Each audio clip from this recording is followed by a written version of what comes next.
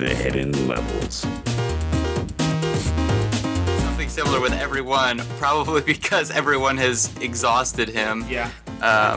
It's true. I mean, when you in the way he said it at the end of this one too, and I'm sure he said it when Brawl came out. He was like, "Listen, I made this as if this is like the only. I'm not gonna make another one."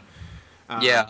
Which I mean, here's the thing though. This is I have to say, after actually really getting to spend some time with this was probably my favorite one. Like, I feel like Melee and Brawl had a baby, and it was like, because I like both of them, and I think Melee is still probably the best for competitive, but this one brought in the elements of Brawl that I liked.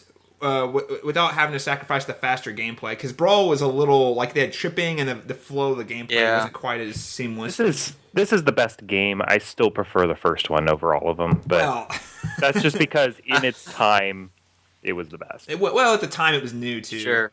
Oh, that's the nostalgia part. I also think if I don't know if you remember Tyler reading this, and maybe Austin too. Like, when they announced Smash Brothers, they hadn't actually contracted him to do that game yet, so he got like thrown into the ringer for it. Yeah, I remember. Because Sakurai's like, "Oh, we're gonna bring out Smash Brothers on the 3DS and the Wii U," and they're crazy. And like afterwards, they interviewed him. He's still working on Kid Icarus at the time. He's like, "Listen, I have not agreed to anything." He's like, "They were not supposed to talk about that."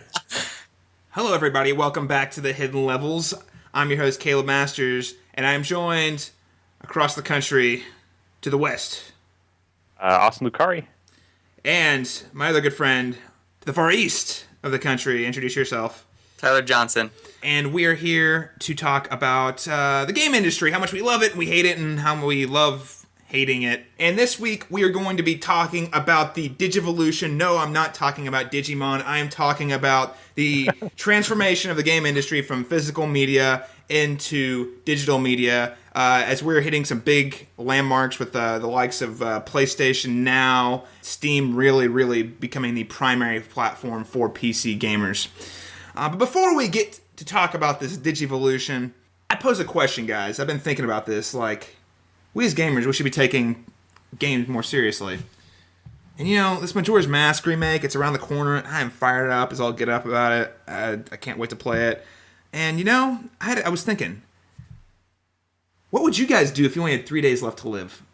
And the moon was looming over you. What would you do with the rest of your 3 days of life? I've been pondering this question for days. Tyler, what what's your take on this? What do you think?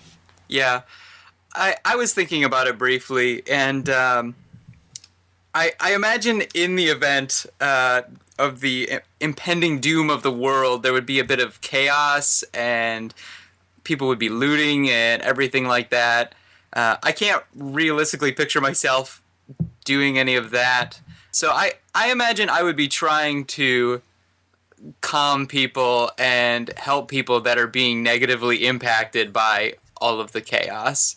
I can't imagine I would play video games. Maybe I would go visit my family if I could. I don't know. That's a more serious answer. Way more noble than me. I was gonna be playing. I was gonna be like, all right, moon's crashing in 3 days. I'm gonna play Majora's Mask in my basement. Oh, and pretend it's not happening. Yeah, I can't see myself.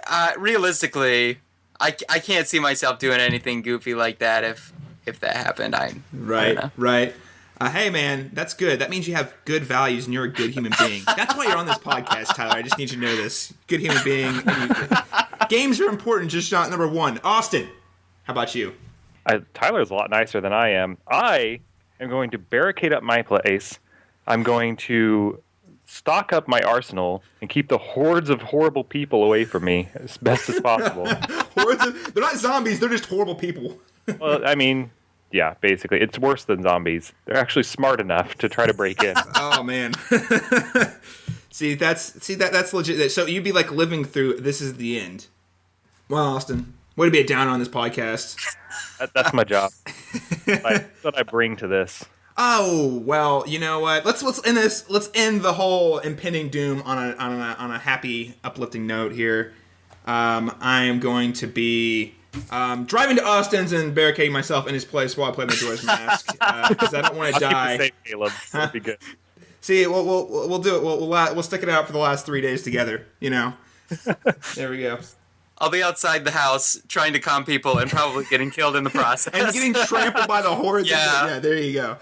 I'm not sure I'd make it the whole 3 days. Hey, that's cool. Well, the other option was I could be on a rocket ship filled with nukes. I would suicide myself into the moon. I could try and blow it up to stop it from happening. I don't know if I think the world would still end. Crap! I caused to end the world by flood, not by moon crash. I don't know. If movies taught me anything, it's that we could just do the Interstellar scenario where we just try to travel through time as best as possible. That's right. This game, Majora's Mask 3D, I don't know, did you guys realize this? It's coming out on Friday the 13th. Yeah. This next month? Yeah, Friday the 13th, the day before Valentine's Day. And I just had the realization yesterday. I was like, this is eerie. This had to be intentional. Launch on a Friday the 13th. What a perfect I'm sure it was. I'm sure it was intentional. Is that a Japanese superstition as well, or? I have no idea. I really don't. Because Nintendo has proven over and over and over again that they don't understand the Western market at all. So it wouldn't surprise me if they had no idea. Yeah, but Reggie knows it. And the Reginator, he's the one we gotta look out for. Reggie said Reggie has no control over anything, clearly. It's true. It's very true. Yeah. All he can do is sit there with Miyamoto and Iwata and be like, guys, here's what I'm thinking. All these people keep asking these questions and they just laugh at him. He's like, oh, people don't want a line for gaming, Reggie. What are you talking about? That's ridiculous. Oh, good night. Okay, well, very cool. I'm excited about that game. I'm totally getting off my track here, but I played when I was amiibo hunting yesterday. Went to like 8 stores, by the way, and all I found was Bowser. I did get to. They had the GameStop has the 3DSs to demo. It's pretty cool. Mm-hmm. The tracking actually works pretty well. I mean, obviously, if you're like going crazy, it's not going to stay. But like, I actually kind of tilted it around, and it actually holds tracking pretty. Like, and it's not like the current one where you're like, if you move, you move a little bit, or you had to like readjust yourself, you're like totally lost. It actually worked pretty well. I was kind of surprised because they were all like, everyone was talking about how good it was, and I was like, I don't know. They're probably just hyping it, but I was pretty impressed. Do you guys think you'd actually use the 3D with it being improved like that?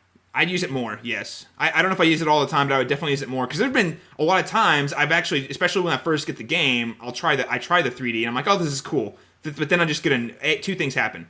My head starts to hurt because I'm constantly having to like readjust. Like the headache does come from looking at the 3D for too long, but it's not just that. It's the fact that my eyes have to keep going back. Like, so if I look up, or even when I'm looking at the screen, if I tilt it, my eyes have to readjust again, which it makes it worse. But how about you? Yeah, I can't see myself using it, even with the improvements. I mean, I appreciate Nintendo doing that. I think the new 3DS is just an example of Nintendo saying, okay, here are all of the things people have been complaining about. Let's fix those and release a new model. But yeah, I just don't like the 3D that much. I'll turn it on usually at least once with every game just to see what it looks like, and I'll say, ooh, that looks kind of cool, and then turn it off. Yeah.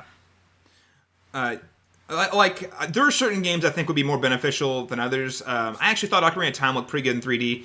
The new Super Mario, the Mario 3D Land or whatever, the main Mario game on that one actually, I think it benefited from it big time. But it was also one of those games, like, again, you can't afford to like have to readjust in the middle of a level or you're dead. So it was really, I thought it was pretty effective for that game. I haven't played everything. Smash Brothers looked pretty cool with it too, but that game's so fast paced. Again, like, it's so fast paced. If you get off for just a second, you're totally lost. Done. Yeah.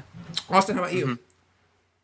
Well, I don't own a 3DS. However, the little I played with it, my biggest problem with it always was I had to hold my head in an exact position for it to work properly. If they've remediated that, I would probably use it. I think it's a cool thing. I love that it's a 3D I can use without having to wear glasses. Yeah. Because that's my problem with like 3D movies, for example. I don't want to put the stupid glasses on my face. They're nasty. They are usually all smudged up and scratched, and it's just a bad experience in general. But the way the 3DS kind of works, I think, is really, really cool. Yeah. I feel like Nintendo has this. I was thinking about it yesterday. They have this habit of they launch a piece of technology, and it's great, but then they perfect it later. And I was thinking about this again with the N64 expansion pack we talked about before, and then Wii Motion Plus.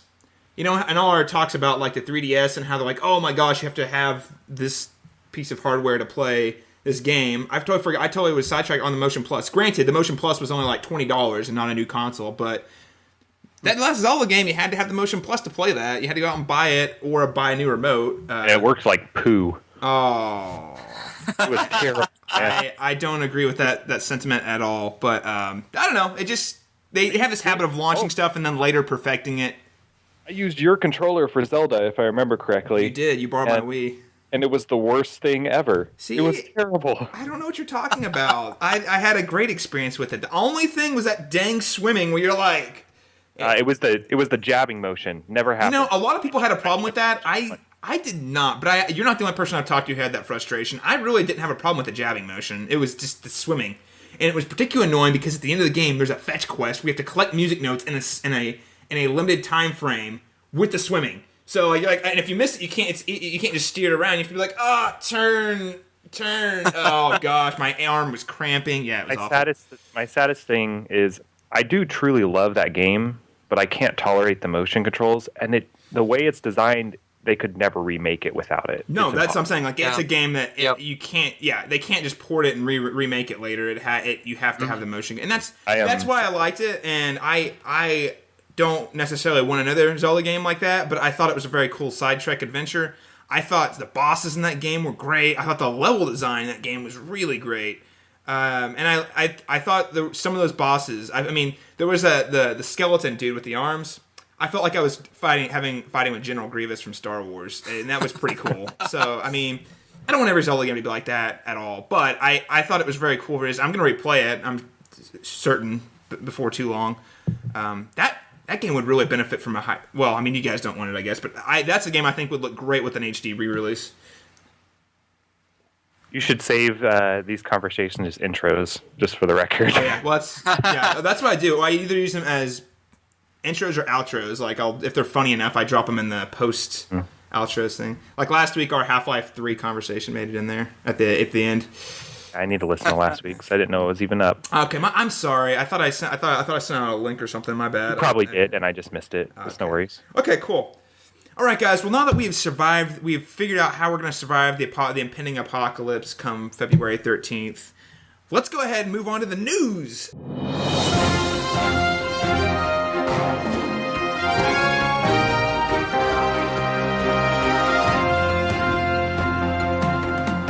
What is going on in the game industry this week? Austin, what do you got for us today? Well, this is both olds and news, but Planetside 2 kind of made the news this week. It's a game that's been out for about 2 years on PC. It is coming out supposedly this year for PS4. It's a free-to-play, massive FPS that features like 3 different factions, all vying for control of basically like a Skyrim-sized map. It's enormous, and it's just a 24-hour a day, 7 days a week battle for trying to take over the entire map, which I've never seen happen. I'm sure it has happened, but I've never seen it. But this past week, they broke the record for most players concurrently in a match for an FPS with 1,158 people playing. Holy crap! In one game. So, in one game. Now, keep in mind, that's spread across like a giant map, but you'll have areas of conflict where things are centered in, where maybe 600 people are all shooting at each other. And it always feels, when I played it on PC, it always feels like relatively surprisingly organized for that many people. As long as you have a few people that are kind of leading the way and setting up the spawn points appropriately and stuff, you can kind of coordinate. So it's a really, really cool game. Totally free. If you have a PC, go check it out now. If you have a PS4, hopefully this year you'll get it. They've been kind of delaying that for a while. But it probably has a few pay-to-win elements, but I really don't think it's that bad. Especially given the mechanics of the game, you can kind of choose how you want to engage. Yeah. So I don't think it's too bad. But yeah, that many people all at once, I don't think that's really been done. I don't think there's another game kind of like it that is that popular anyway. The second that game hits PS4, I'm picking it up. My My PC's totally out of date. My Mac couldn't. I mean, it's probably not even on Mac, so I'd actually have to go. I've been waiting to play it because I'd actually have to go out and buy. Otherwise, I'd have to go out and buy a game PC. Plus, I was hoping it would come out during this last year when there wasn't a lot to play on the PlayStation 4. I was like, all right, I'm totally going to sink in it. It just didn't happen. But the second that game comes out, I'm totally in on it. Planetside 2. I've watched a lot of videos. It looks great. I had thought they were going to make it a launch title for PS4, and it just didn't happen. I don't know if I just assumed that or not. But well, it's like Witness on the PS4. One of the games, like there's a little puzzle game. Like before I had a PS4, I was like, dude. I mean, I know it's a little puzzle game, but the trailers for that have just sold me on it. And I was like, all right, when's it coming out? Yeah. And they just keep pushing it back and pushing it back. I was like, this was supposed to be a launch game, guys. It's a puzzle game. How do you... I don't know. Hey, the second that happens, though, me and you online, me and Austin, Team Austin, Caleb versus the world of like a million people. It's a lot of fun, man. I have a good time in it when I did play. Good. So I'm curious. I'm not very familiar with Planetside 2. What do you pay for? You have starter weapons and stuff. You can pay for new weapons, basically. I believe you can also earn them, but it does take a while. You can pay for upgrades, I think, that reduce your cooldowns on when you can, for example, redeploy. So if I'm in one part of the map, I can redeploy to a different part of the map after like 15 minutes or so. I think there's like buffs and things that help with things like that. So a lot of convenience items. There are things that will give you a competitive advantage. But because of the massive scale of the battles, you're rarely in one-on-one situations. So if you're pushing as part of a team, it doesn't feel that bad. Right. Well, not to mention, I'm sure it's probably like League of Legends, where it's I wouldn't call it pay to win necessarily. I mean, yeah, you have an advantage if you put money into it because you can just jump ahead. But if it's also one of those, you can also earn the same stuff playing the game. I think for me, that's a model I'm totally 100% behind. I'm like, if you want to pay to get that stuff early, that's cool. The rest of us can just work for it because I don't want to pay for it. There is a system, I think, where you unlock kind of like perks and stuff, and I think you can buy those. They're quite pricey, though, and you can earn them with lots of playtime. So you can get there, but like I said, even like starting, like I'm terrible, 1, and 2, I didn't play a ton, but I never felt like things were unfair, I guess. Even playing against people who had like better weapons and everything, I always felt if I engaged them appropriately, it was fine. That's good. Very cool. Yeah. Well, Planetside 2, people, if you have a PC, definitely go check it out. It's free to download, correct? Yes, it's free. Totally free to download. Go check out some videos, see if you like it. It's free. Nothing is better than the price of free $99. Come on, let's go pick it up. And if you're on PS4 like me, just batten down the hatches. It's coming soon. I'm really anxious to try that out. Tyler, what do you have? What do you got going on for us? What's in the news this week? Well, Nintendo just announced and released some new Smash Brothers levels. More specifically, they're the 8-player stages, 8-player versions of the Smash Brothers stages that were already in the game. Some of them were added as regular stages, Luigi's Mansion, Pokemon Stadium, the Animal Crossing maps, and some of them were added as the Final Destination stages, which are completely flat. But it's really impressive that Nintendo would release such an enormous update. Particularly, it's funny that they announced that they released this after they had just been talking about Mewtwo, the character, being the only DLC that's really in the works for Super Smash Brothers. Yeah. When any other company or any other publisher probably would have put this as paid DLC because this is such a significant update. Easily. Man, and this is why I love Nintendo, okay? Sometimes, I mean, most of the time, their naivety to this stuff really peeves us all off, right? We're going to be honest here. But, like, they just gave us, like, 12 or so maps for free? And I know it's different versions of the maps we already have, but it's like, again, this was Activision, $15 off the bat. And, you know, it just goes to show, like, I think they had a lot more, they wanted to launch the game when it was ready, but they also had some stuff they wanted to finish. Like I think they had intended to put in the game initially that they're actually trying to get to us for the free. So, while I applaud them for the free content, would you have paid for 12 8-man maps? Depends on the price. How much would you have paid if they charged $10? Since they were versions of the maps we already had. Probably not. And I think that's where it came in. They probably looked at it like, look, these are versions of the maps we already have. Yeah, we probably could make some money on it, but we're probably not going to make a ton. We might as well make people happy. Right. Right. Yeah. And I don't. I want to say I wouldn't if it's the same map, but I don't know. I'm not gonna play like the 8-player map. I haven't even played 8-player at all. Dude, of course, you my should. hours are kind of limited in that game anyway. Right. But I'm glad they threw that in there because that's something they didn't have to. Like, I don't think any of us were expecting them to do. At least I wasn't anyway. An 8-player player, but yeah. was there a lot of complaints with the number of 8-player maps? There weren't really complaints, but there weren't that many of them. But no one was upset about it because it was like I said, I don't know, Tyler, and you can chime in on this if you feel like it. I wasn't even expecting 8 players, so when I got, I was like, oh, cool. And it was only certain maps you could play on. But I'm like, okay, that's cool. I mean, that's fine with me. I mean, because for me, the whole 8-player thing is just gravy on top of what I was already expecting. So the fact that there was only like 7 or so maps, I was like, oh, all right. Well, I'm probably not going to play 8 players a whole lot anyway, so I was fine. Yeah, I haven't heard anyone hardly complain at all about Super Smash Brothers in general. Yeah. People haven't been complaining that I've heard about the 8-player levels. Now, if you decided to have a party and have a bunch of people over for 8-player Smash and you were more limited on the levels, I could see that being disappointing. So, but I haven't heard any significant complaints. Well, and in today's day and age, it's pretty rare you actually get 8 people together in one room to do that anymore. I mean, back in about 10 years ago, that was a thing, but not so much anymore. Yeah. Did you say they already released it, or is this coming? They did. No, it was crazy. They released it, and they announced it the day they released it. It was like I got on Facebook, and I follow them on Facebook, and it's like, hey, check out all these new maps. I was like, what? Yeah. And there it was to download for free. All right, well, guys, while we're on this subject of Nintendo, I do have another Nintendo-related story. And guys, I promise, I'm just in the it's the time of Nintendo and Live Caleb right now because I'm enjoying the Wii U, and for whatever reason, all the news about them, it's just popping up.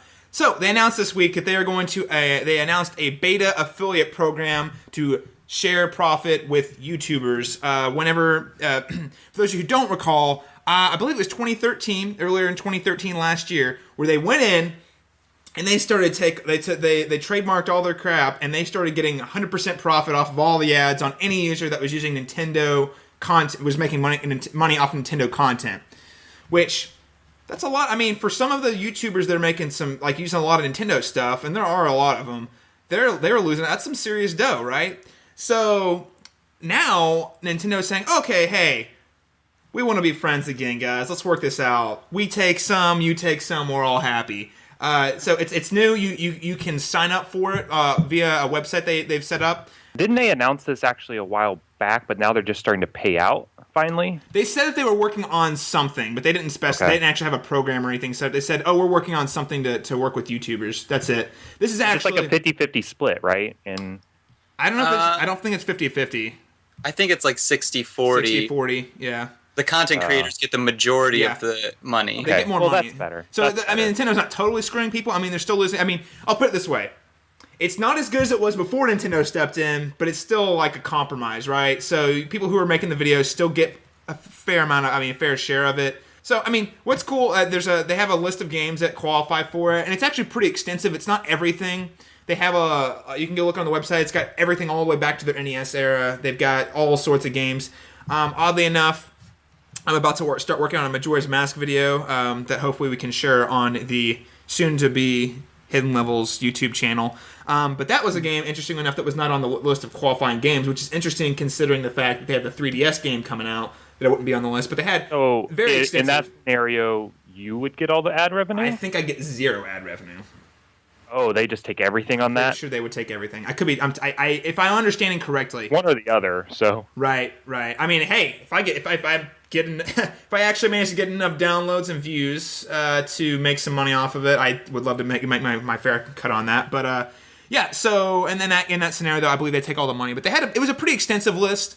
All their most popular franchises were on there. I mean, like I said, on every console, all the way back to the NES, including, Super Mario. I mean, Metroid, all that good stuff. So I'm kind of torn how to feel about it because first off, no other publishers or game company is trying to make money off of what YouTubers are making, because in my mind it's pretty much free good publicity for the most part. So I think it's kind of weird in that sense. However, the fact that Nintendo is trying to work with people on it and seems to me like they want to work something out. Well, here's, as much as I can't stand this guy, PewDiePie, who is the most viewed person on YouTube. He has more views than anybody else. Ugh. He kind of stepped in and talked about this for a little bit. He said basically, look, Nintendo has absolutely every right to do this. It is totally their right. It's their games. They absolutely should be able to do this. However, does not think it's a good move, one, because it's totally free marketing, completely free. On top of that, he claims, and honestly, I tend to agree with him, that people aren't tuning in to watch his videos necessarily because of the game he's playing. They're tuning in to watch his videos because of him. And that's pretty much correct, at least in his case. I don't know if that's universally correct. So for them to say, just take that money away from him, it just disincentivizes anyone ever playing their game. It only hurts them in the long run, especially with a company that really needs to be selling more consoles and more games to really discourage people from making videos and getting more exposure to your game. Seems like a really poor decision. Well, it is interesting you mention that, though, because even though they are tuning in to watch him, he is using their content, so it would make sense that he would get, like, it would be a split on that. Nobody else does that. No. Don't do it because it is cheaper to allow YouTubers to do it for free and encourage them to play it than to pay a marketing company crap tons of money to promote their game. Yeah, absolutely. And the fact of the matter is Nintendo doesn't do that much. I mean, doesn't do that much marketing, really, when you think about it. I mean, they have commercials on TV, but I mean, as far as online, I mean, YouTubers literally do the work for them. Look at Minecraft, for example. That game would be nowhere near as popular if it weren't for people on YouTube. That game would not have a fan base if it didn't have YouTube at all. Not at all. Nobody would be playing it except for like the really crazy hipsters, you know? and because of YouTube, Notch is a billionaire. You know, and Nintendo could be cashing in on this. They could really embrace that culture and really, really increase their profit margins, I think. But instead, they're beating everybody down. Well, here's the thing, though. I feel like for in their minds, this is them trying to work with that culture, though. You know, because initially, like I said, they took it out. They took everything. They took it all, and now they're saying, okay, well, we want to work with you now. And I'm not saying that what they're doing is right. I can see from their logic, at least, how they see it as maybe as like a compromise or something like that, right? Oh, I know they see it that way, and like I said, they're not doing anything wrong. This is their right to do it. I just think it's a poor decision. Yeah, I agree. Yeah. I agree. I 100% agree on that. Tyler, you have any thoughts on that? Well, I think particularly for Nintendo, of all of the publishers, they really need the support from real people. They have gotten in a place where a lot of consumers think of them as totally disconnected and just really outdated. And so having these Let's Play people saying, we actually really love these Nintendo games and we're really enjoying playing with them is just so huge for Nintendo to just connect with the consumer again in a more natural way. Yeah, and you know, here's the thing, and Austin, Tyler, what's interesting is, like, I don't get it, like, because their company, their PR people are using YouTube a lot, and they're using Twitch. Like, they use both of those frequently. They have the Nintendo Minute that pops up, I think, at least once. I think it's every week. It might be once a month. They do the Nintendo Minute. At these big events, they have their own YouTube channel and Twitch streams that they do. Like, so, I don't know. There might be some general disconnect between, like, the core Japanese investors versus, like, the actual North American marketing, because it's weird. Because like I said, you see Nintendo on one hand really embracing this stuff, like Super Smash Brothers on the 3DS. They had a day they were like, "Hey, on Friday, tune in. We're going to be playing live streaming Super Smash Brothers before it comes out for like 3 hours." You know, and it was great. It was awesome. It was lots of fun. And all it was a bunch of the people from their Seattle team, like their Seattle marketing team, just playing the game all day. Sure. But then you have like stuff like this where you're like, I don't know. It's weird. It's a cash grab. It's a company that's struggling to make money right now, and they want that money. They see it, they think they deserve it, and they're entitled to it, and they went and got it. All right, guys. Well, yeah, it's been kind of an interesting week in the news. Lots of Nintendo stuff. I'm sure, you know, we'll see what's coming out, what goes on next time. Maybe a little less Nintendo buzz, good or bad. But let's go ahead and move in. What have we been playing?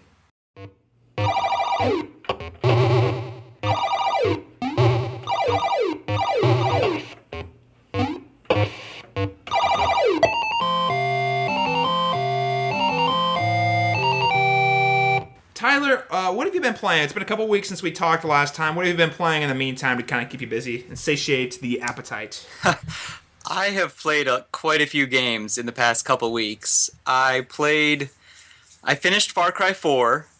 I played through Wonderful 101, and I've been breaking my rule of one game at a time and playing both Earthbound and Pikmin 3 at the same time. I've been on kind of a Nintendo binge here for a while, and I started Middle-earth Shadow of Mordor as well, but I haven't gotten too far into that. That game looks sick. I really want to play that sometime. It's good so far. I like it. Very cool, very cool. Do you have a favorite game of the bunch so far? I've been really enjoying Earthbound, actually. I never played it on the Super Nintendo. I missed it. I've wanted to play it since I played with Ness in the N64 Super Smash Brothers, but I never really had the opportunity until the Wii U. A friend bought it for me, and it's exceeded my expectations for such an old RPG. It's held up very well, I think, and I think it's a really unique game in general. So I wish good. Nintendo would make more of them now. That's a game. That's funny. That's a game they were getting harassed about for the longest time. When they're pumping out games every week on that thing, like everyone's like, "Where's Earthbound? Where's Earthbound?" And for whatever reason, they held out the entire time. And I'm right there with you, Tyler. I actually never played that game. Never did. Give it a go. It's been fantastic, dude. It's so good. My roommate in college, he brought his Super Nintendo one time, and he played it, and I was like, wow, this game looks like a giant acid trip. I gotta check it out.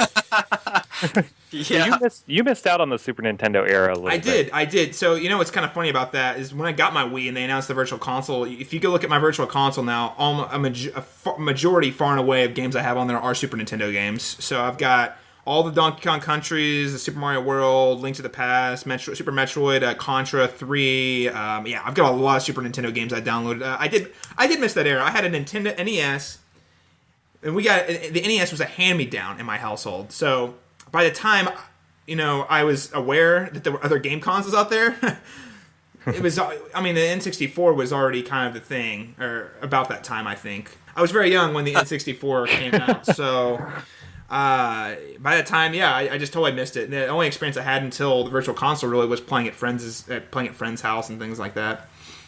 So it was a great era, though. Great era that I missed. I missed it. I actually missed it too because I was on Sega Genesis at the time. Oh, you were doing what Nintendo don't. I was busy playing Sonic. I was fortunate enough to have a Genesis and a Super Nintendo. Oh yeah, Nice. You're the rich kid down the block, Austin. Everyone would come over to your house to play both consoles. Austin, what have you been playing the last couple weeks? Well, as always, I have been playing Destiny. Addict. We beat hard mode of Crota's End. Nice. It only took like 4 hours. Only 4 hours. Dropping one of our players who had to leave because of wife aggro. Whoa. And picked up a random dude on the internet. His name was Slayer. He came in, he showed us a glitch where we get infinite heavy ammo, and then we beat Crota. Nice. So, thank you, Slayer. did we do it totally legitimately? Probably not. We did it. That's the important thing. That is the important thing. You did it. Bungie left that glitch in there for you to find it. So come on, you got it. Well, we have to do it. We have to do it, I feel, because of another one of their glitches, which takes away your heavy ammo constantly. What? So it balances out. I also have been playing, I downloaded Tactics Ogre, which is an older game for my Vita. It is, in my opinion, the best strategy RPG ever made. It's so good. But I am quickly learning that my 8 and 9-year-old self was much better at video games than my 27-year-old self. True story. Because I'm playing the game, and I'm realizing as I'm going through some of the inventory menus and different things, like, oh, I have all these skill points and I haven't been spending them because no one told me I was supposed to spend them. Nobody holds your hand. I don't have a manual or anything to tell me anything. I'm losing constantly and I'm playing terribly because I have no idea what I'm doing. But it's really fun. I need to do more research on what I'm supposed to be doing in it, though. So yeah, if you're into like strategy RPGs, go download it on your Vita. It's an old PlayStation, and I believe Game Boy Advance actually had it for a while too. And But it's really, really good. And on top of that, if you do enjoy strategy RPGs, a newer game you should go try out is Banner Saga, indie game coming out on Vita later this year. Very, very, very good. Austin I'm has been excited talking about about Austin has been talking about the Banner Saga for a long time, so I can't wait to check it out. So the last couple weeks, I bought a new game for my Wii U because I'm sorry, our listeners probably think, God, these guys are such Nintendo fanboys. Because I really do love my PlayStation, but right now, for me, the games I'm more interested in playing, catching up on, are the Wii U, and I got a Wii U in December, so that's what I've been playing a lot of. In further attempt to continue catching up on games on the console, I went out and picked up Mario Kart 8. It's freaking fantastic. It's more Mario Kart. It's more the same, but man, it still just feels awesome. It plays like Mario Kart. It feels like the best Mario Kart we've gotten. And I don't know if it's the tracks or if it's the controls feel tight. Like everything about it, just like they feel like they finally got drifting down to an art form, which used to be the bane of that franchise. The only complaint I have is the lack of characters. I don't understand why we've got like 8 different versions of Mario. You've got Mario, if you get the DLC, you got Tanuki Mario, you got Baby Mario, you got Metal Mario. I'm like, come on, Dry Bones, guys, Dry Bones. Where's Dry Bones? I think Nintendo's starting to get that and starting to understand that people like their characters other than Mario. At least they're starting to add other maps and characters to Mario Kart that aren't from Mario games, right? Which is nice. Yeah, dude. And if you buy Mario Kart, folks, first off, if you have a Wii U and you haven't, you should, just because you're a good human being, and you want to have friends. 2, get the DLC. Really do. I mean, it's only $12 for both DLC packs, or $8 a piece, I think. And you get, with each pack, you get 3 more playable characters. You get 2 cups. That's 8 tracks per pack. So if you buy both of them all for $12, you're getting 16 new tracks and 6 new characters. And if you get both of them together, you actually get to change the color on your Yoshi, and you get Shy Guy thrown in for free. And most importantly, a F-Zero themed track, which is awesome. Oh, it is awesome. It's so good. So there's a Zelda themed track, which is also awesome. We collect rupees instead of coins. Not quite as awesome as I'd hyped it to be in my mind, but it's still pretty cool. And because whenever you hit an item block, it plays the Zelda thing, like instead of the typical like jingle. It's just little dumb details like that. And you pick up rupees instead of coins.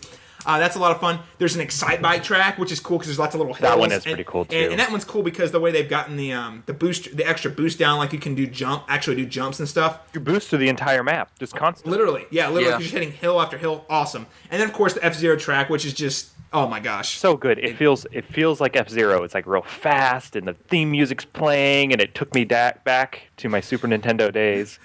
Get the adrenaline pumping, man. It's a lot of fun. I mean, it's a party game through and through. But you know, it's Mario Kart. If you've got friends, do it. The online guys, Nintendo, it took them for frickin' ever. But between Smash Brothers and Mario Kart, they've actually got an online that works really, really well. I mean, yeah, you do run into lag issues here and there. It's very small, especially on the Smash Brothers. But like, I've played it and I've had a great experience so far. The only dang thing they're missing, and because they're Nintendo, they refuse to do its leaderboards. But the actual game itself is so much fun, and like the experience is great. It really is.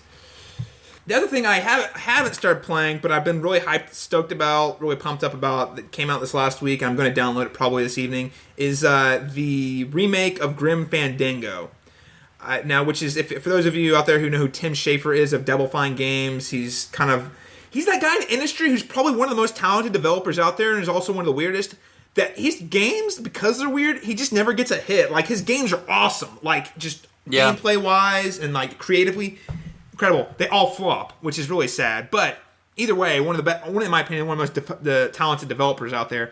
The game that really got him a big start, if I recall correctly, Grim Fandango, developed by LucasArts way back in the 90s. And that's a game I experienced briefly as a young child that I always was like, man, that looks like a cool game.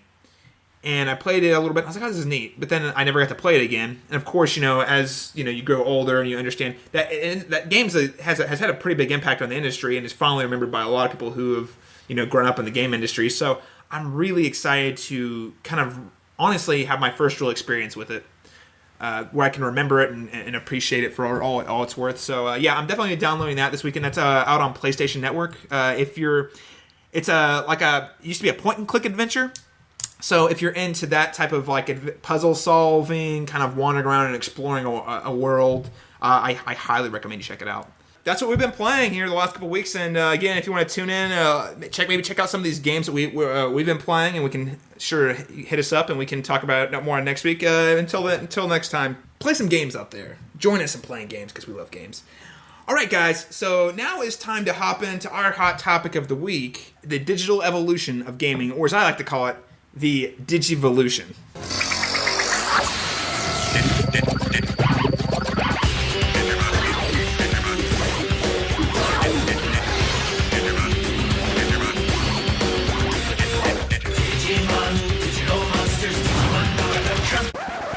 The digital distribution of games actually goes all the way back to the 1980s, and oddly enough, with Nintendo, they had a Famicom modem they launched exclusively in Japan where you could kind of, I guess, download games to the modem. You could play games online. It was only in Japan. Again, Nintendo's always kind of experimented in Japan with that type of thing. Really didn't hit it off, though. But as the games grew larger and internet speeds just could not keep up with the size and the quality of the games, there really wasn't any digital distribution, so to speak, of all the way through the 90s. Physical gaming dominated the entire market, and aside from the PC platform, really there wasn't any digital distribution. It was all hard copies. But starting in the 2000s with the evolution of DSL and now cable internet, speed saw massive leaps, and we finally just now getting to the point where hard drives can handle the capacity that games require. So really, it wasn't until 2004 was a big year for digital distribution. If you go looking back, Valve launched the Steam platform back on the PC in 2004, along with Half-Life 2. And then that was also the year that Microsoft and Xbox Live they introduced the idea of DLC for Halo 4 and Splinter Cell. So those are kind of the beginnings of what have become the dominant platforms. I mean, obviously, if you play games on PC, you play on Steam. I mean, there's no competition there. That's the platform, and everyone downloads games on Steam. At this point in time, it looks like Sony, Microsoft, and Nintendo are all riding the fence because they're all still pushing physical media. But they're also offering digital alternatives, and usually with the alternative, there's benefit. Whether it's an earlier release, free content that you can't get, that you have to pay for later, whatever the case may be. And really, Sony's playing it a little smarter because they kind of held off on that since the PlayStation Go. They kind of held back, but they're also about to launch PlayStation Now. Not a downloadable. You don't download games on PlayStation Now. You stream them, which is a first. So the question I have is, in the midst of this transition we're in, how is this affecting games? How is this affecting gamers? How is this affecting how we play games? To start off, let's kind of crack open this conversation, guys. Do you think going digital is a win for gamers? Yes. Eventually. And I say this because of a scenario that happened over Christmas. I bought a Vita so that over Christmas I could remote play and feed my Destiny addiction. But at some point, I didn't want to play Destiny. It was weird. I'm not sure I totally understand it myself. Stopping Destiny, what? I don't understand. Yeah, I don't. And then I was like, hey, I want to play some Dragon Age, because truthfully, Destiny doesn't play that well via remote play because of the lag, which kind of ties into the whole PlayStation Now thing, but we'll get to that. However, Dragon Age plays great over remote play because the lag doesn't matter quite as much, but I couldn't swap discs because I was 2,000 miles away. However, if I had digitally purchased those games, I could switch between them whenever I wanted. I don't have to swap discs. And I think that's the real benefit for gamers, is just sheer convenience. I don't have to pop things in and out. I don't have to worry about things getting destroyed. The downside is, and I think this is going to be irrelevant soon anyway, is I can't trade in games. I can't loan to a friend. I can't do any of those things anymore. But I do believe what Xbox was trying to do previous to Xbox One will eventually come to pass, and that's going to be irrelevant anyway. Hold that thought, because we're going to get there. That back and forth between Sony and Microsoft on the digital thing is very interesting, and I think there's a great conversation to be had. But I want to hear what Tyler thinks. About this first question. Yeah, I think as far as for gamers, I think it's more neutral. It's an extra option at this stage in time. I think it's definitely a win for publishers. I think it's definitely a loss for retailers, particularly retailers like GameStop that rely on physical game media. But for gamers, at this stage in time, I think it's just neutral. It's an extra option for us. So in that way, I guess you could say it's a win. I'm not so sure or confident that I like it in the long term, the idea of digital only. But at this stage, it's an extra option, and I think it's a win that we have that choice whether we want to get physical or digital. Right. So Tyler, I'm totally with you on that wagon right now. I like that we have options right now. I really do. I'm a big fan of options. The fact that we can get physical or digital, like this time we're position we're in right now. Get physical. Here we go. The time that we're in right now, I think is awesome because you have choices. But because I think you're right, I think ultimately who benefits more than anyone else, by and far, is publishers. I mean, they're going to sell it to us, sure. And I mean, in some instances, I think gamers are going to come out on top with it because it's going to be, convenient. I agree with Austin there. However, I think it's totally a money thing. I don't care how else they spend it. It's so they can save money. I like that I can still choose. I like that I can still, because there are certain games that I have no qualms just downloading straight to my console or my PC, particularly my PC collection. I don't buy hard copies of PC games just because, I don't know, that's how I've conditioned myself. But when it comes to console games, I like being able to have my physical copies. So it's beneficial. Right now it's great because we have the option. The worry I have with it is not being able to lend games, not being able to share the experiences I love with other people. And that's not quite as big a deal with multiplayer games because you can just talk your friends to go out and buying it. But there have been times I've lent single player games out to people and they love it, they play it.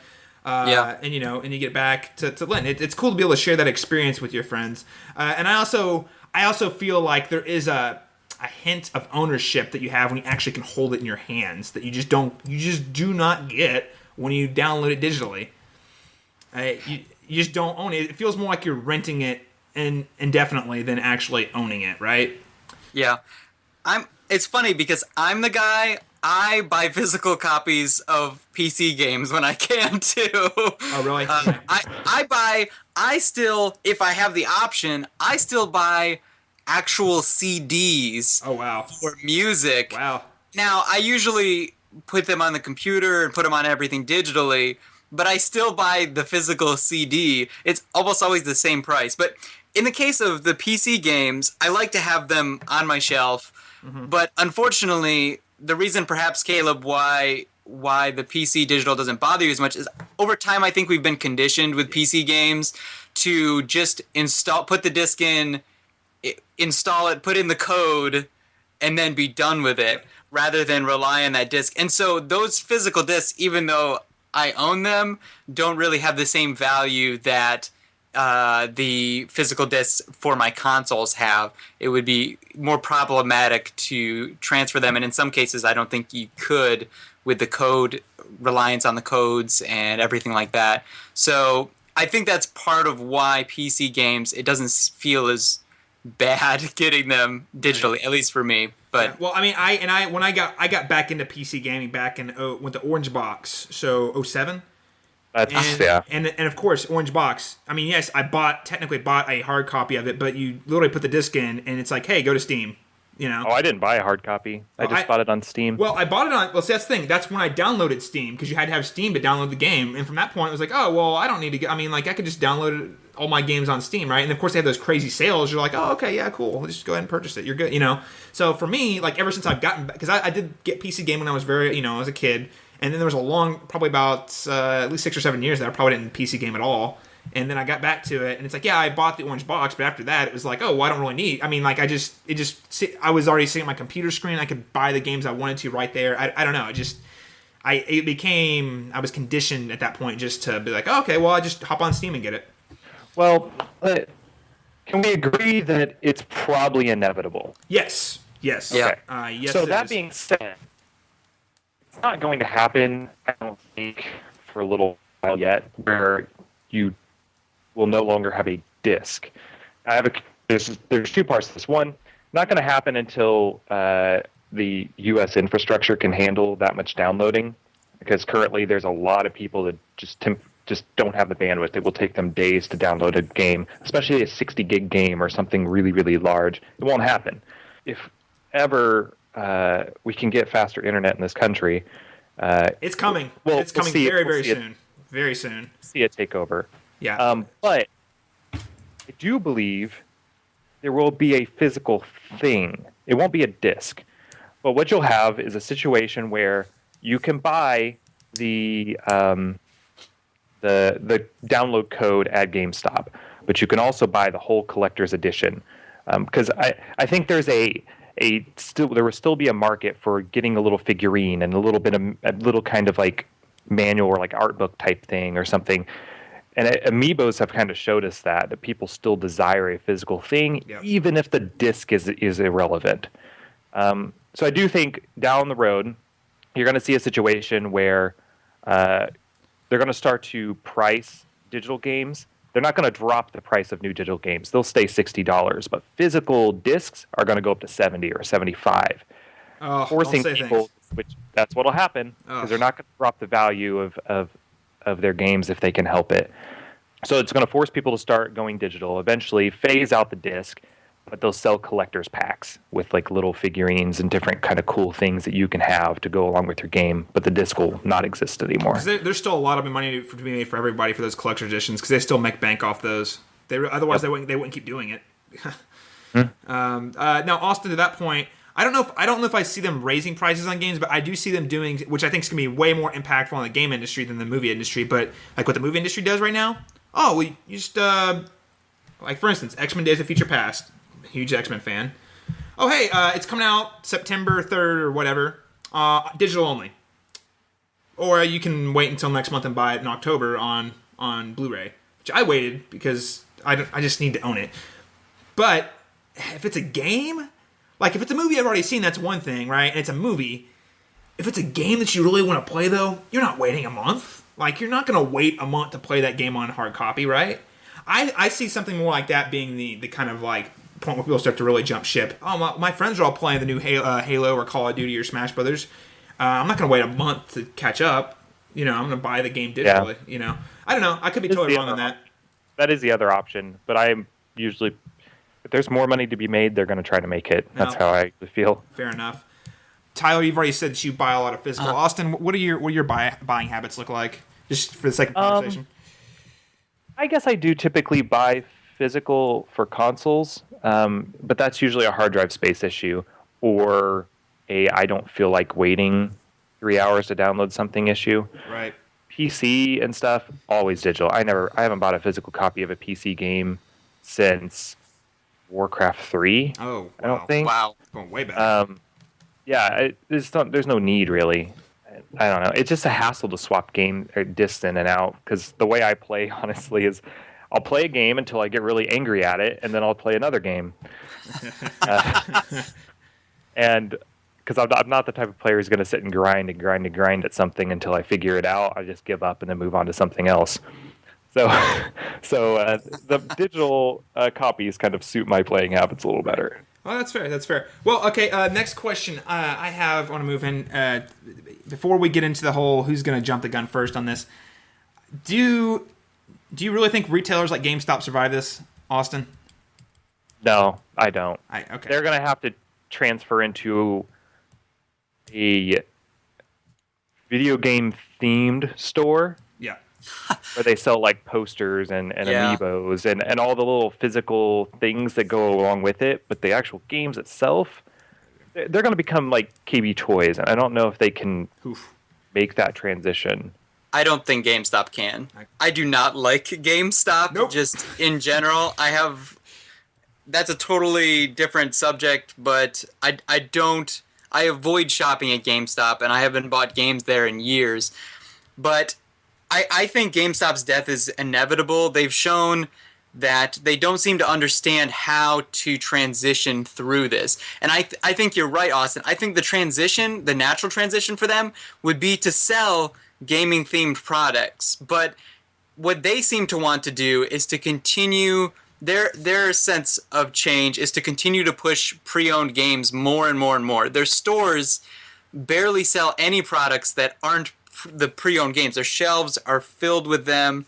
If I want to go to the mall, for example, and buy a video game themed T-shirt or something like that, I'm more likely to find what I'm looking for at places like Hot Topic or FYE or even Spencer's Gifts, which doesn't make any sense when you have a dedicated game store. But GameStop hasn't shown any interest in selling much merchandise related to games outside of games themselves and the pre-owned games, and they don't expand their retail space to what would be necessary to accommodate that. So I think right now GameStop is surviving because Sony and Microsoft and Nintendo rely on them to sell consoles for them. Yeah. And so the moment that Sony and Microsoft in particular can figure out how to digitally distribute these games, or just in general distribute these games, without relying so much on the retail sale of the consoles, GameStop is done. So I really don't see GameStop surviving this. They haven't shown that they can adapt and evolve well enough to the new market. What are you talking about? Use DLC, Tyler. Use DLC. That's the future. I still don't understand how that would work, but hey, they're onto it. Well, they're trying to cover their profit margins by doing stuff like that and doing outrageous credit cards. Let's talk about who's going to make the jump first. And here's what I'm interested to see what you guys think about this. I find it very interesting that Sony launches the PlayStation Go and they're pushing it very hard early on. And then just kind of back off a little bit. Microsoft does the same thing on their console. Everyone gets upset. Everyone. I mean, E3 2013, look no further again. I mean, everyone was freaking out. Oh my gosh, you're going to have internet connections. You have to check in 24 hours. You can only download games. You can't share them with your friends, yada, yada. But I think the real backer, I really think the person backing the horse is still Sony. They're just being a lot more diplomatic and, what's the word I'm looking for? They're sly, and they're. I think they're slowly introducing us into this digital market because that's what I'm pretty sure they really want. I know Microsoft does too, but I feel like Sony is just being a lot more smart about how they present it now. Because a lot of the stuff that Sony proposed with the Xbox One, I think the PlayStation 4 is moving towards. They're just going about it a different way. Yeah, I think both companies and basically all publishers, except for Nintendo, which is in a whole other world, I think all publishers really want to push the digital distribution because it's a lot easier for them. They don't have to worry about the manufacturing. They don't have to worry about dealing with retailers, all of those things. So Sony and Microsoft definitely both want it, but I still think that we're still a good distance away from exclusively digital major releases. And I think that we'll get to a stage here in the next coming years where people buy most of their games digitally, but there's still always going to be a fairly sizable group of people that just do not want to make this transition. And these are the people that were really against Microsoft when they first announced the Xbox One. And so I think the companies are going to be, even Sony, I think they are being sly about how they communicate all of it.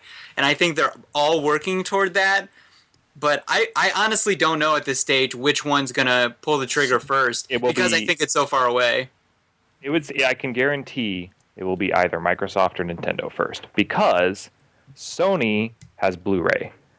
They have a vested interest in selling discs and licensing that, which is exactly why Microsoft wanted to make the push to digital. They don't want to keep paying Sony money to use their technology. Yeah. For now, Sony will ride that as long as they can, keep the physical media as long as they can because there's more money to be made in doing that for them. Whereas Microsoft is one of the world-leading companies in cloud computing and stuff. So they have an interest in selling server space and doing all this stuff, and that's where they're going to make their money in the future. I do believe Microsoft will be the first one to go. Yeah, I think so too. That's a good point. Yeah, that is a really good point, actually. Now, what do you... do you see, and me and Austin have talked about me and Austin kind of personally have talked about this a lot with movies in particular with the physical media. And so far he's proven me pretty correct, although I still argue that discs are still going to be around for a good while. But we've argued about streaming being the dominant form. Well, PlayStation Now, guys, that's literally right around the corner at this point, and that is Sony's used baby. It? Huh? Have you used it? I did the beta, and it wasn't bad. It didn't have, at least when I was playing it had a steady connection. It was during a non-busy part of the day when everyone's on the internet. It felt better than I expected, but it still didn't feel like, it felt a little slow. Like, it's like when you have a controller that lags a little bit, Like, that's everything was just exactly a couple, like, just not even like a second behind, just far enough behind where it doesn't feel quite right. Yeah, and it's doable. That type of technology, just streaming the game like that, is doable for certain games. If I'm playing like an RPG, like a turn-based game, or like Civ 5 or something, that would work fantastic. But if I'm playing like a twitchier kind of game, there's no point in even listing those on PlayStation Now because the lag just makes it totally unplayable. Right. I think they need to be smart about it and kind of target their efforts to the right thing. And I would buy into it for sure if in that scenario. But when I was playing even when I was trying it out early on, and they might have fixed a lot of this by now, I don't know. I was playing Overlord. I don't know if you ever played that game. Yeah. But it's not even really a twitchy game. But I kept running into walls because I couldn't, it wasn't responsive enough. So it's pretty frustrating. Mm-hmm. Yep. Tyler, what do you think about the PlayStation Now? Honestly, my internet probably couldn't support it, so I haven't followed it too much. I only have like 15 megs a second right now. Gotcha. But that's a legitimate problem. Yeah, and you're not very. Oh, yeah. Doing it, I had 100 down, 30 up, ping of about 20. It was a good connection, much better than the majority of people, and I was still having problems. Yeah. So there's a lot of... It's in its early stages. It will happen eventually. It's in its early stage, and it is not ready for the majority of people yet. No, I would say their target market right now is like probably less than 5% of gamers have that kind of connection. Maybe and not even just that. You physically have to be close to Sony's servers in order for it to work. Yeah. Or it's just not going to happen for you. I think for them, this is definitely going to be like a long-term investment, like a long-term investment too. I think they're counting on the gigabit internet taking over in the next 2 to 3 years. Well, not taking over, but kicking off, and they're definitely. So I think Sony's getting a lot better about this, having foresight, and they're investing into technology. Like a decade from now is going to be very popular. So the next question then is so PlayStation Now early stages. So we're not quite ready for streaming games, which again I think harkens to Tyler's point that we're still a ways off before you're going to start to see media or digital as the primary way to get your games. How long? I mean, we're not experts, but if we had to spitball it, how long do you think we've got before you're going to start to see major releases get released early or get released cheaper than the disc-based? That's not long. That's not long away, I don't think. I think 3 to 5 years, that situation will start happening. But as far as getting rid of discs, I think we're probably 10 years out before they're all gone, personally. Gotcha. But I've been saying that for a while, and it hasn't happened, so what do I know? Yeah, I think part of what's holding Sony and Microsoft back from pricing their digital titles lower is because of, again, what I mentioned before, their reliance on retailers to sell the consoles. And the retailers don't make much money from selling the console itself. They make the money from selling the games for the console. And if Sony and Microsoft come in and start saying, well, now all new releases at retail are going to be $60, but they're going to be $40 on Xbox Live and PSN, so you might as well just buy it digitally. I think the retailers are going to say, well, we're not going to carry your console anymore. So I think that relationship is very important to them. And I think whether we see digital distribution become the primary means is really going to rely on what the next console cycle looks like and how far away that is. And I think that's up in the air right now. Well, yeah, based off of, this last generation, the PS3 or Xbox 360, that lasted, almost 2005 for the Xbox 360 and 2006 for the PlayStation. Like 7 years, 7, 8 years. That's a long console life cycle. And who knows? I mean, how long it is before? Because there's no way. Like as far as like next upgrade in consoles, we can't build 4K consoles for consoles that can handle could do 4K for a reasonable price for consumers. That I mean, like that, and that for me personally, that's like at least. That seems like the next step would be to go higher resolution and more effects, right? And there's no way consumers can afford that. That's at least 5 years away, right? And I think you're right. I think we're gonna see the big question mark here is what will the next generation of consoles do? Will they? I mean, are they gonna try and make the jump then? Because I think that's gonna be a big factor in how this whole movement plays out ultimately. And that could be 6 or 7 more years, unless you're Nintendo, in which case it's probably 3. Yeah. Interesting. So the clouded the future is with when this is all going to happen. But I think that we're all in agreement, though. This is all a transition that is going to happen, where you're going to start to see in one form or another, digital become the primary way people get their games. Probably sometime in the next decade, although we can't say for sure. Are we all kind of in agreement on that? Okay. Yeah, I think so. It's going to depend, I think, less on the games companies and more on the internet providers, honestly. Well, guys, that's been a great conversation. I'm really excited to see. I'm excited and nervous because I am an old school. I do cling to my physical media, much like Tyler, because I like to own it and have my collector's pieces. But what do you guys think? Listeners, what do you think? Are we seeing the end of an era, so to speak? Are we seeing the beginning of something new? If so, when is this all going to happen? What do you guys think? Feel free to contact us. Let us know what you think. We're currently working on building a social media page. Until then, you can tweet me at BigCalKenobi91. And by the time we get to the next episode, we should have some sort of email set up. But please feel free to leave a comment on our podcast page and let us know, what do you guys think about this? Where's the industry heading? Are we all crazy? Maybe digital's not going to take over at all. I mean, I don't know. What do you guys think? Feel free to let us know, and we'll make sure to give you a shout out on our next podcast. It's been a great show, guys. Thank you again to Austin and Tyler for tuning in and co-hosting as always. It's a real blast talking to you guys. All right. I had a good time.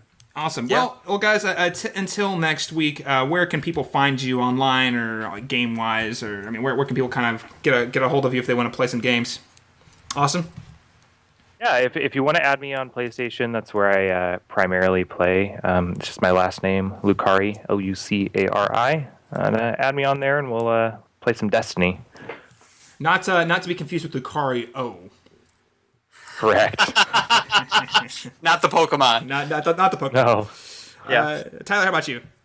You can check me out on psnprofiles.com to check out what I'm playing. Back to Narnia is my username, so go ahead and go on there. You can see I'm a bit of a trophy hunter, so it's usually a good way to tell how far into a game I am and how I'm playing. Fantastic, and you can find me on Twitter, the Twitterverse, as I mentioned, at BigCalKenobi91, not to be confused with old Ben Kenobi.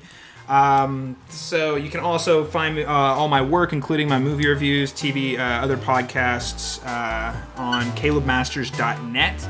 And if you want to look me up on PlayStation, play something online. I've not been on there a lot lately. Check me out, Big Cal Kenobi. That's where you can find me. All right, guys. Well, it's been a great week. Until next time, go download all the games. All the games.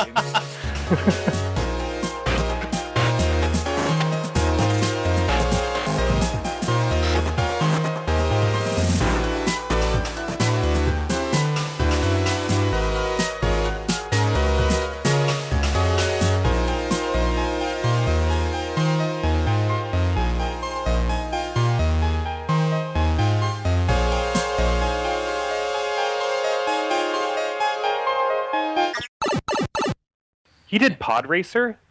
Oh. Tim Schafer did? He's credited in it anyway. Oh, snap. Did you see his credit in that, though? Yeah, never actively tried to sabotage the project. That's the best credit ever. I didn't know about that. That's awesome. Yeah. Shadows of the Empire, he was also never actively tried to sabotage the project.